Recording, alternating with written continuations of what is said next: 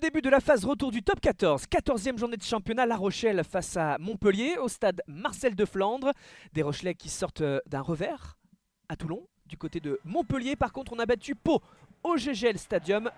Le contexte est planté.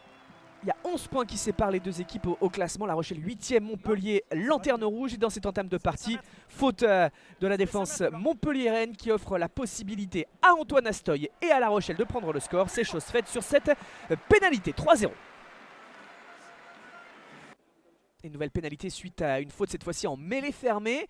Antoine Astoy face au perche plus loin des 40 mètres pour doubler la mise. Oui, c'est chose faite, 6-0.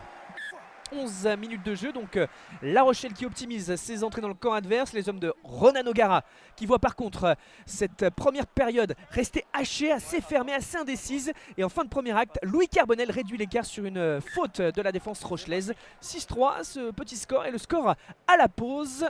Pour l'instant, hein, on s'observe encore, du moins ça reste très indécis. Toujours cette belle ambiance du côté de Marcel de Flandre, mais les hommes de Patrice Colazo se disent peut-être que le coup est possible à l'extérieur. Coup de sifflet pour la seconde période avec la pression, surtout le soutien du public. Ce ballon bien capté dans les airs sur ses touches rochelaises par Thomas Lavaux.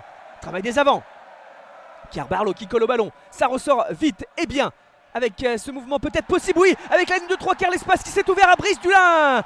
Et c'est pour La Rochelle.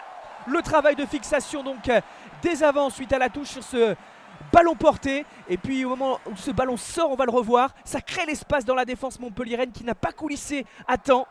L'intervalle gagnant pris par Brice Dulin, il y avait de l'espace, encore fallait-il le prendre, avoir la vitesse pour aller conclure. L'heure de jeu maintenant, La Rochelle qui pousse toujours et qui écarte cette fois-ci sur la droite. Des passes bien senties du moins qui maintiennent la vitesse. Et on cherche les possibilités. Cancorier qui met dans l'avancée. Avantage en cours, Carbarlo, Skeltono. Elle est bien sentie cette passe, le décalage là-bas sur le côté gauche. Le 2 contre 1 négocié, Brice Dulin pour les Badibotia. Le nouvel essai de La Rochelle pour faire le break à 20 minutes de la fin. Le jeu rochelais commence à dérouler, à bien se mettre en place. Encore une fois ce décalage rapide, hein, c'est passe bien senti. Dulin qui était à la finition, cette fois-ci Dulin à la passe, ballon aplati par Botia. 6 minutes encore à faire, 18 à 3. Montpellier qui peut essayer de pousser pour aller chercher, pourquoi pas, un bonus défensif. Ah, on se met à la faute là. Côté Rochelais, oui, Cancorier, avantage laissé. Ballon qui va pouvoir circuler, ballon bonus hein, comme on dit pour jouer le coup à fond.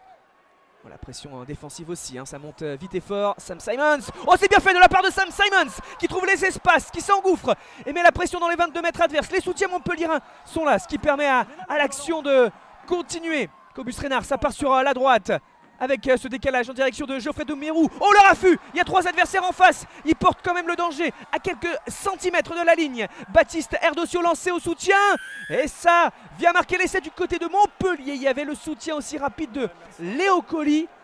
Montpellier entretient l'espoir dans cette fin de partie. On voit le gros travail de Doumerou, hein, le raffut énorme. 3 adversaires qui l'empêchent d'aller aplatir même s'il était lancé. Colli est là pour sortir rapidement le ballon pour son talonneur Baptiste Erdocio. Transformation pour Carbonel en coin avec l'effet.